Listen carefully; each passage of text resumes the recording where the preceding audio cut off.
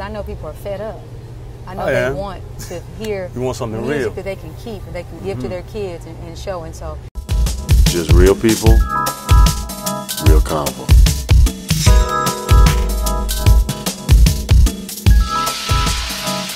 I'm Peter Bailey, and after returning to Miami from my visit with G-Unit in New York, I invited Janelle Monae to share a nightcap rooftop at Highbar Dream South Beach, where the burgeoning superstar discussed amplifying the voice of those muted on the margin, reawakening black soul, and her desire for us all to tune into the harmony of self. Janelle. Hello. How are you? I'm fantastic. How you doing? I've been good. It's a nice day.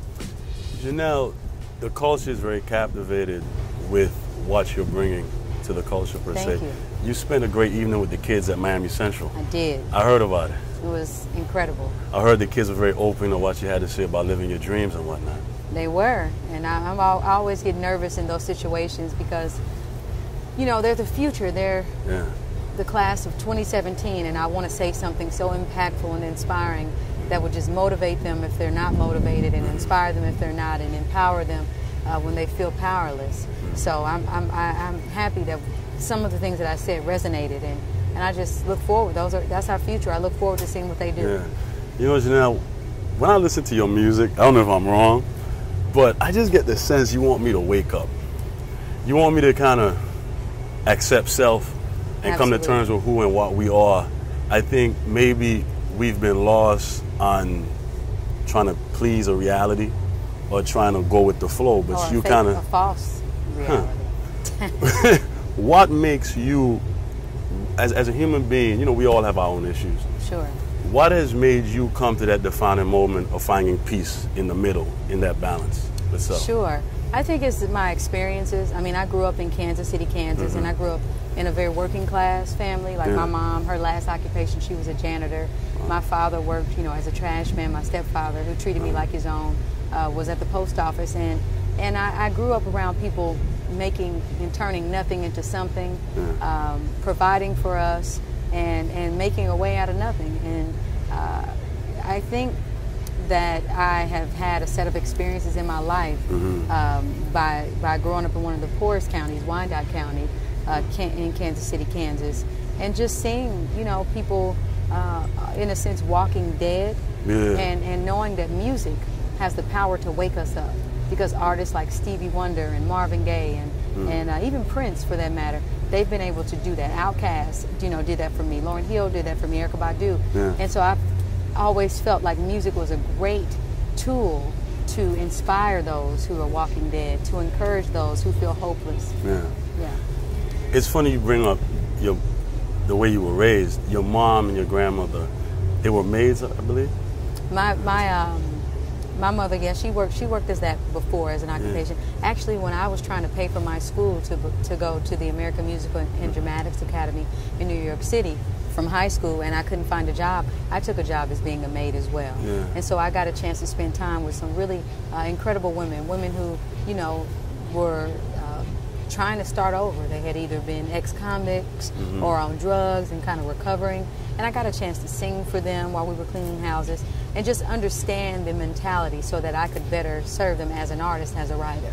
I asked you that question because that hit a personal note for me. My mother worked in housekeeping also. Yeah. It's great. I mean, without housekeepers, our community would not thrive. Exactly. It would not thrive at all. With this resurgence of you, I don't know, like I said, I feel that you're very authentic, and I try to be. You try to be. Without being pretentious. Without being pretentious. Well, we're in Miami. That's kind of hard not to do. We're in a reality right now though, where music, especially music that speaks on topics of romance and whatnot, it seems that we're more about a bottom line, and we're not really getting back the love and soul. As an artist, is being a person apart, being on that island trying to give life to that, that gotta be hard. You know, I'm just keeping it real. You mean keeping the soul in music? You know, soul music is just a part of my DNA, and it's whenever I'm writing an album or a song, I'm always trying to make sure that soul stays in it, because that's what sticks. at least to me. You know, when I listen to music from Stevie Wonder, or if I hear a classical piece or jazz or you know, a rock and roll piece, punk piece, I'm able to take the soul, and by that, the truth, the honesty, the raw, the grit, the message, the you know, whatever is moving me, that is the soul, you know, within it. And what I wanted to do with this album and all my music, but in particular this album, is to make sure that rhythm and blues, you know, stayed, excuse me, very prominent in, let me say that again, that rhythm and blues stayed very prominent in my music.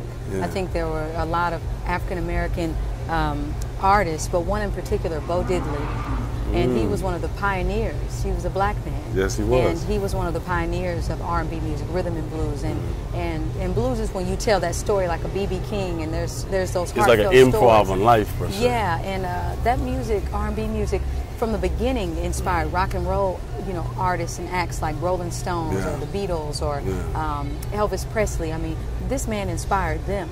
And so it's, in a sense, you know, it's only right that we continue on that legacy, you know, the root. That's the tree of true soul music. So, Electric Lady. Yes. It speaks of women empowerment and male empowerment. Male empowerment too. I noticed something. You're a very attractive woman. Thank you. But you're very covered. I mean, we're in a culture where, I don't know, it's glamorized to be sexy. It's a very sexual outpouring of female musicians.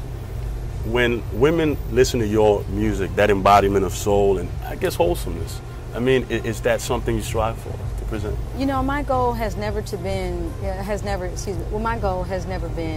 to, you know, cover my body because I want to be wholesome. Okay. You know, that I will say that. Okay. My message has been to be in control of your body and make your decisions. When I got into the music industry, majority of every female artist that I had seen was trying to regurgitate an idea of the female image. They were trying to be a replicant almost of what was popular. And I just found that to be very boring and dishonest. And I wanted to just be in control of my clothes. If I wanted that choice. And so that's the only thing that I'm saying is that women should not be marginalized.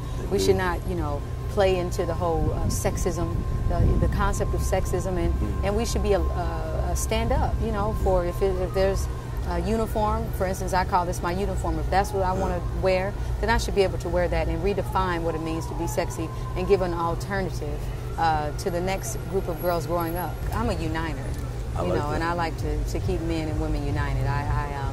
I think it's important that we work together. You know, we work together to uplift our community and raise our kids, and we work together for this next generation because it depends. It's on us. I just saw something that Jamie Foxx, he did a speech, and it was in honor of Dr. King's 50th I was going to bring that up. I Have a Dream speech, and his words, which is so, it resonated with me instantly. He said, "It's our turn. It's our turn." I mean, Harry Belafonte, when he was 19 years old, he was bailing Martin Luther King Jr. out of jail so that, you know, he could help fight for our rights and march on Washington and all that. And so I just think that it is truly my calling. I didn't always know it, but I think my calling is not to just be a singer or an entertainer or wear a tuxedo. It's bigger than music for me. It is more so on about this message about standing up for those who oftentimes are discriminated against. That's males, that's gay, lesbian community, African American women. You know, when I speak about the android in my music, I speak about that often. I'm only talking about the other, and a new form of the other. And I feel like I can relate to that, being a woman in today's society and being a black woman at that. Yeah, I think that I've had times in my life where I just didn't fit in. Sure. And like I said, it seems that you're a person who is, like, a lot of us is not comfortable being who and what we exactly are. I'm still trying to get there. Yeah, I think we all are. You know, I think I discover new things about myself all the time, and I'm not, you know, going to be a slave of my image or interpretation of what I think that I can be, nor will I allow myself to be a slave to anybody else's interpretations of who Janelle Monae is. You know, and I just think that we're growing, and you know, we evolve, and we'll be into different things. But I do feel, though, it is my duty through music and through art to tell these universal stories in unforgettable ways, and hopefully they resonate with the listener. I've always wanted to ask I wanted to ask you this. If you, right now, had a wish, say a genie in a bottle, what would you want right now to change about society? Something that if you could have an audience with God right now, or a higher being. Wow, it's a lot of things, but the one thing that's coming to my mind right now, to my spirit, is compassion. I just wish that we had more compassion for one another. And it's something that I'm working on too, you know, and really be slow to anger, you know, and quick to forgive. And I think that there are just so many, I want to say, there's so many, there's love, but I mean, when you have, you know, compassion, you know, there's no love without having compassion for your brother or for your neighbor. And I think, you know, placing less judgment on one another, the divisive tactics, I wish they would be gone. You know, he's black, he's white, he's Muslim, he's Christian, so therefore we cannot figure out how we can coexist. And you know, just the whole notion of this superiority. I just the classism. Yeah, the classism. I want to do away with that. I mean, we all came from the same. You did. You know. Place. So Exactly. It's like, who says, who said that? Who said that? You know, because of the color of this person's skin or the money that this person was born into, they are better than. So I just, the whole notion of the lack of compassion that we have for one another, and you know, using war as a solution, you know, is just. That song Cold War comes to mind. Yeah, it's a Cold War. You better know what you're fighting for. Absolutely. So I wish we had more compassion for one another. I'll have one of your strawberries. Of course. I'm gonna have some of your blackberry. Okay. Janelle. That was too much. We're very much in anticipation of your new album. Thank you. That's coming up. Yes. People feel that you're ushering a new wave of soul, a new Thank you. potpourri of music. Thank you. What were some of the key things that you were trying to get across the album and some of the people you work with? Well, I got the opportunity to write The Electric Lady, Suites 4 and 5. And for those of you who are just coming in, you know, to discovering who I am, I've written conceptual albums to date. And we have Metropolis, Suite 1. We have The Archandroid, Suites 2 and 3. And we're now The Electric Lady, Suites 4 and 5. And so this is a story about an android and considered the other, falling in love with a human and being forbidden. I did not quite understand where I was going to go with the story until I started to paint. I would paint and sing in front of thousands of people night after night. What images you would paint? I would paint this female silhouette every single night. And I would use reds, greens, oranges, and so many amazing vibrant colors. And I didn't quite understand, you know, why was I painting this woman, this female silhouette? So I went back to Atlanta, my second home, and I talked to my therapist, and she encouraged me. She said, you should name the paintings, name the series. And I tried to. I had a hard time. So I knew whoever she was, that she didn't want to be marginalized or categorized. And so I just listened to the energy that I got from each painting. And I felt I had this visceral reaction, and the words, the electric lady, came to my spirit. And so then I started to think about a world where there were more electric ladies. There was a new breed, a new 21st century woman. And I asked myself, what does the electric lady think about love, politics, sexuality, religion, and so on and so on? And that helped me write the album. Wow, so it's us in a transcendent form. It's humanity moving forward, per se. Absolutely, it is creating the change that you want to see. And I want to see more electric ladies, and I want to see more women going out into the community and feeling empowered. The electric lady doesn't have a particular size or color of the skin or hair texture. It is just what the commonality is, us knowing that we have to be the change that we want to see in our communities. And it's up to us to nurture the next generation and use our superpowers for good, because women do have those. So this album deals with love. I have a song that I collaborated with Miguel on. Prime time. Yeah, it makes me feel like I got to seize this moment right now. So to tell my story, I brought along some electric men. Again, Miguel. Where do we play in this? In this? Miguel is there. I pray that every man desires to be with an electric lady as well. And I got the opportunity to work with Erykah Badu on a song called Queen. Wow. So that's out. I got a chance to work with Esperanza Spalding, who's just incredible, on a song called Dorothy Dandridge Eyes. I got a chance to work with Solange Knowles, who's a good friend of mine, on the title track, The Electric Lady. And last but not least, I got a chance to work with one of my musical heroes, Prince. Prince? Yes. How was it? Wow. What are some of the elements he brought to your craft? Because you seem to know exactly what you want to create. I just make it up as I go along. I make up all this stuff as I just go along. No, I'm just kidding. But I got the opportunity to bring in a lot of incredible musicians. I worked with, like, you know, we were not making beats. We were really writing music. Yeah. And I wanted that. I wanted a certain level of musicality to be on this album so that people could keep this as a classic, as something that, at least in my eyes. Now, I pray, and I can only just pray that other people feel this way. Yeah. But I brought in a live orchestra. I brought in horn players. I mean, we spent time, because I know people are fed up. I know they want to hear you want something music real that they can keep and they can give to their kids and show. And so I went back and I studied the greats, and I also looked to the future for inspiration. So finally, Janelle, if I close my eyes and I just think Janelle Monae, what do you want me to see, feel, and breathe? I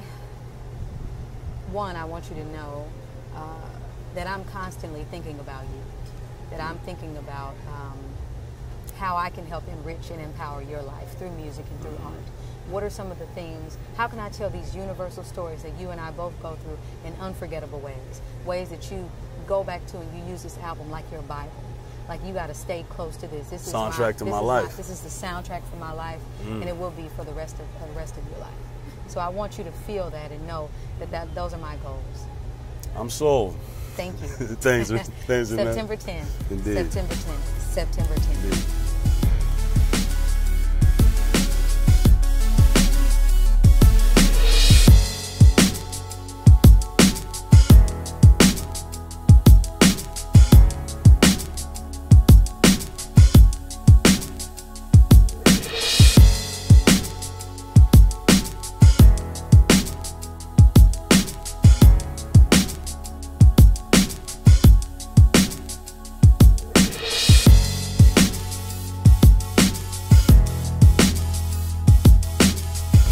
Just real people, real convo.